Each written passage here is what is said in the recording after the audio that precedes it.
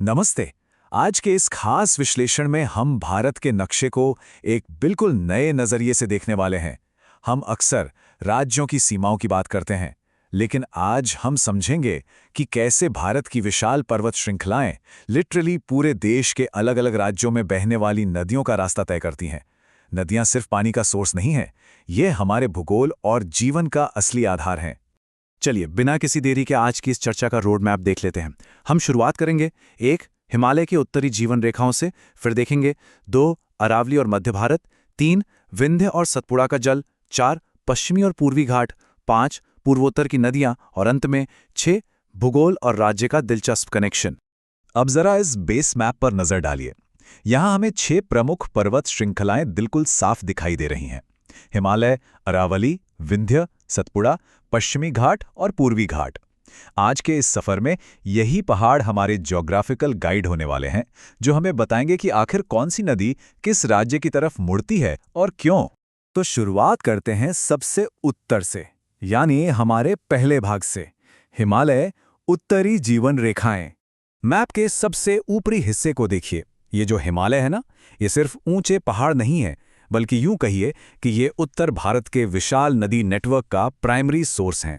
इन्हीं बर्फीली चोटियों से वो नदियां जन्म लेती हैं जो आगे चलकर कई राज्यों की प्यास बुझाती हैं। आप जरा इस बात पर गौर कीजिए कि ये पानी आगे कैसे बढ़ता है। गंगा नदी का सफर वास्तव में किसी महाकाव्य से कम नहीं है। उत्तराखंड में गंगा और अलकनंदा के रूप में शुरू होकर ये उत्तर प्रदेश में यमुना से मिलती है, फिर आगे बिहार में कोसी के साथ बहते हुए फाइनली पश्चिम बंगाल में हुगली और दामोदर के रूप में समंदर की तरफ बढ़ती है। 4 अलग अलग राज्य और एक ही माइटी रिवर। और अगर हम थोड़ा उत्तर पश्चिम के राज्यों की तरफ चलें तो कहानी उतनी ही दिलचस्प है। हिमाचल प्रदेश और पंजाब दोनों ही सतलुज और ब्यास का पानी शेयर करते हैं, जबकि पंजाब के हिस्से में रावी नदी भी आती है। वहीं अपना हरियाणा मुख्य रूप से यमुना से जुड़ा हुआ है।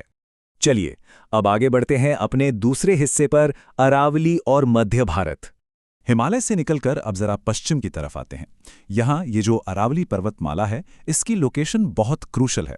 मैप के पश्चिमी हिस्से में ये एक डायगोनल लाइन की तरफ फैली है और ये इस पूरे ड्राई एरिया के क्लाइमेट और जल निकासी को गहराई से कंट्रोल करती है। और इसी अरावली की छाया में राजस्थान को अपनी सबसे महत्वपूर्ण नदियां मिलती हैं, विशेष रूप से लूनी और चंबल। सोचिए, इस रेतीले और मुश्किल परिदृश्य में मीठे पानी का ये कितना बड़ा और अहम सोर्स है। मैप में थोड़ा और नीचे आते हैं, हमारे तीसरे भाग पर, विंध्य और सतपुड़ा का जल। अब इस स्लाइड में जो बात मुझे सबसे ज्यादा फैसिनेटिंग लगती है वो ये है कि कैसे मध्य भारत का ये हिस्सा नदियों को 2 बिल्कुल ऑपोजिट दिशाओं में भेज देता है। एक तरफ वेस्ट की तरफ बहने वाला पानी है जो हमें गुजरात में साबरमती और नर्मदा के रूप में दिखता है, और दूसरी तरफ ईस्टर्न फ्लो है जहां झारखंड में दामोदर, छत्तीसगढ़ और ओडिशा में महानदी और ओडिशा में ब्राह्मणी नदियां बहती हैं। इन 2 पैरेलल लाइंस को देखिए, विंध्य और सतपुड़ा। ये लिटरली भारतीय उपमहाद्वीप के एकदम बीचों बीच बैठे हैं।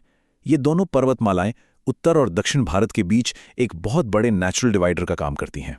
अब बढ़ते हैं प्रायद्वीप यानी पेनिनसुला की तरफ, हमारा चौथा सेक्शन, पश्चिमी और पूर्वी घाट।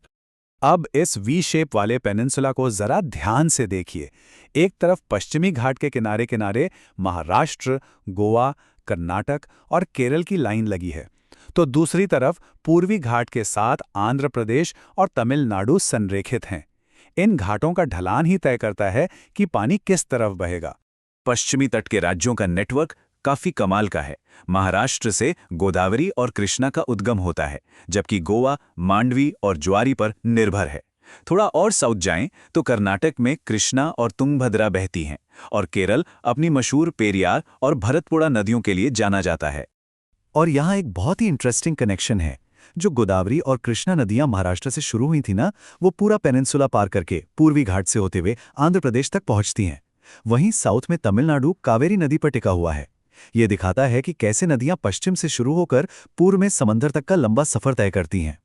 चलिए अब चलते हैं सुदूर पूर्व में, हमारा 5वां भाग, पूर्वोत्तर की प्रमुख नदियां। ये हिस्सा बहुत ही शानदार है।